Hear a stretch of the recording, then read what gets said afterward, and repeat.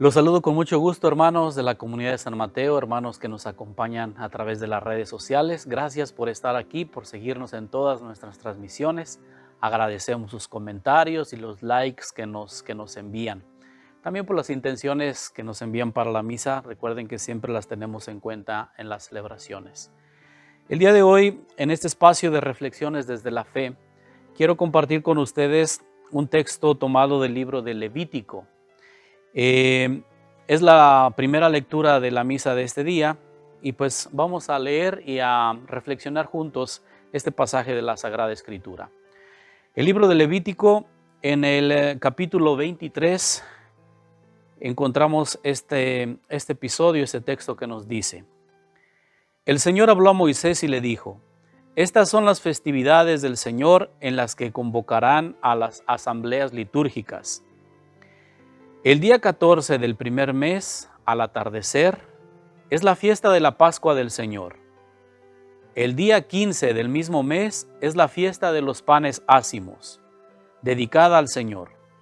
Comerán panes sin levaduras durante 7 días. El primer día de estos se reunirán en asamblea litúrgica y no harán trabajos serviles. Los 7 días harán ofrendas al Señor. El séptimo día se volverán a reunir en asamblea litúrgica y no harán trabajos serviles. El Señor volvió a hablar a Moisés y le dijo: Di a los hijos de Israel: Cuando entren en la tierra que yo les voy a dar y recojan la cosecha, llevarán la primera gavilla al sacerdote, quien la agitará ritualmente en presencia del Señor el día siguiente al sábado, para que sea aceptada. Pasadas 7 semanas completas, contando desde el día siguiente al sábado en que lleven la gavilla para la agitación ritual, hasta el día siguiente al séptimo sábado, es decir, a los 50 días, harán una nueva ofrenda al Señor. El día 10 del séptimo mes es el día de la expiación. Se reunirán en asamblea litúrgica, harán penitencia y presentarán una ofrenda al Señor. El día 15 de este séptimo mes comienza la fiesta de los campamentos, dedicada al Señor, y dura 7 días. El primer día se reunirán en asamblea litúrgica, no harán trabajos serviles. Los 7 días harán ofrendas al Señor. El octavo día volverán a reunirse en asamblea litúrgica y hacer una ofrenda al Señor. Es día de reunión religiosa solemne, no harán trabajos serviles. Esta es palabra de Dios. Te alabamos, Señor. Podría parecernos un poco confuso este texto por todas las fiestas y celebraciones que debían tener el pueblo de Israel en días específicos, durante semanas y en meses también bien específicos de acuerdo al calendario judío, que es un poco diferente al que nosotros conocemos. Estas festividades en las que se reunía el pueblo, se congregaba en asamblea litúrgica, es decir, en asamblea de culto, para escuchar la palabra, para reflexionar y para presentar ofrendas de distinta característica. Era pues uno de los mandatos que tenía el pueblo de Israel que cumplir. Algunas fiestas pueden parecernos familiares porque las hemos heredado y se han, por supuesto, adaptado a la fe cristiana. Encontramos de las que hemos enumerado aquí en esta primera lectura: la fiesta de la Pascua, la fiesta de los panes ácimos, que van juntas, la fiesta de las cosechas, el día de la expiación o del perdón, y la fiesta de los campamentos. Estas festividades debían pues congregar a todo el pueblo y era una manera de conmemorar momentos importantes de la vida del pueblo de Israel, de su historia pasada y también del presente, en agradecer, por ejemplo, las cosechas del año. Entonces, esa es la orden, la forma en que debían celebrar. Recordemos que en el libro de Levítico encontramos instrucciones que van orientadas al pueblo. Estas son instrucciones generales y también hay otras instrucciones más específicas para los levitas o sacerdotes que debían cumplir con una serie de ritos y oraciones en cada celebración. Cada fiesta pues le recuerda un momento importante. Por ejemplo, la salida de Egipto, esa es la Pascua de la esclavitud de Egipto. La promulgación de la ley, Pentecostés, los años de peregrinación en el desierto, la fiesta de los tabernáculos o de las tiendas. Estas fiestas pues se celebraban a lo largo del año e incluso eran motivo de peregrinación de las distintas comunidades que iban y se reunían en el templo de Jerusalén. Una fiesta muy importante es la del Yom Kippur, o el día de la expiación, un día en el que se dedicaba sobre todo a la penitencia, al arrepentimiento, a pedir perdón a Dios y a los demás. Era en ese día en que se celebraba el ritual del chivo expiatorio. Uno de los animales era sacrificado y con su sangre se rociaba la asamblea para purificarlo de sus pecados. Otro se le imponían las manos y simbólicamente se transferían las culpas del pueblo en aquel animal que después era abandonado, arrojado al desierto como pues destrucción del pecado. Por supuesto, estas fiestas San Juan las retoma en el Evangelio e incluso vemos la vida de Jesús que está celebrando la Pascua, que está celebrando Pentecostés y fiestas que después nosotros también vamos a asumir en nuestra vida cristiana, en nuestra celebración litúrgica, en los motivos en los que nos reunimos. Ahora conectados, por supuesto, con los acontecimientos del nacimiento y la vida de Jesús.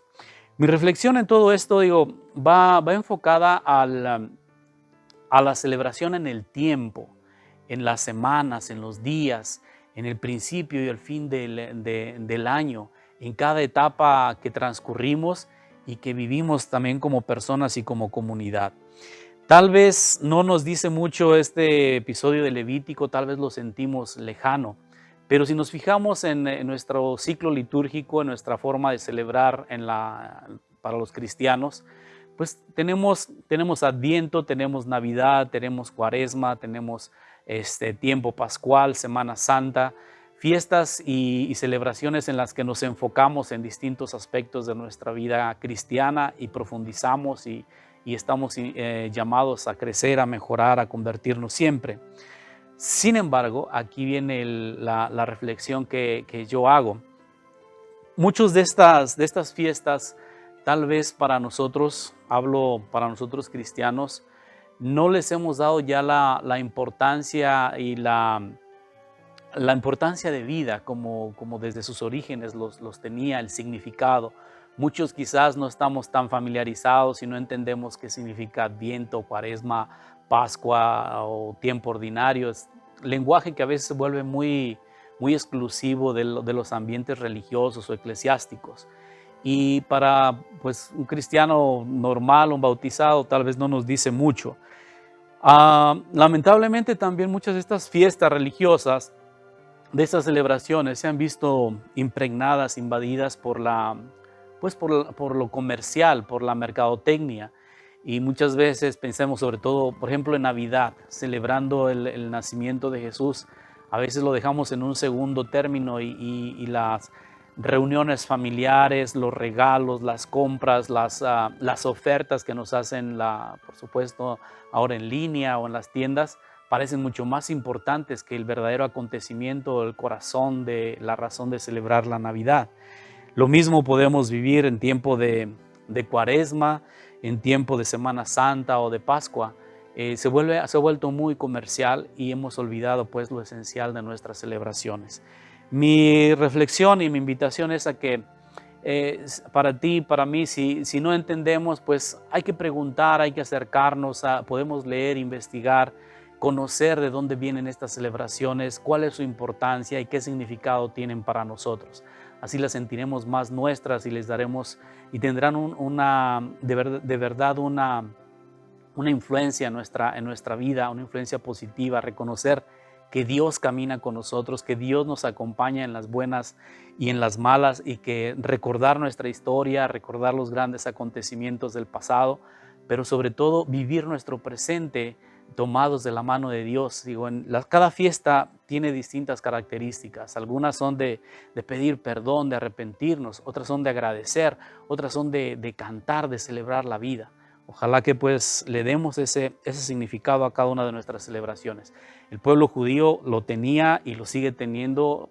Estas fiestas pues son muy importantes para su vida de comunidad, para su vida personal, como creyentes.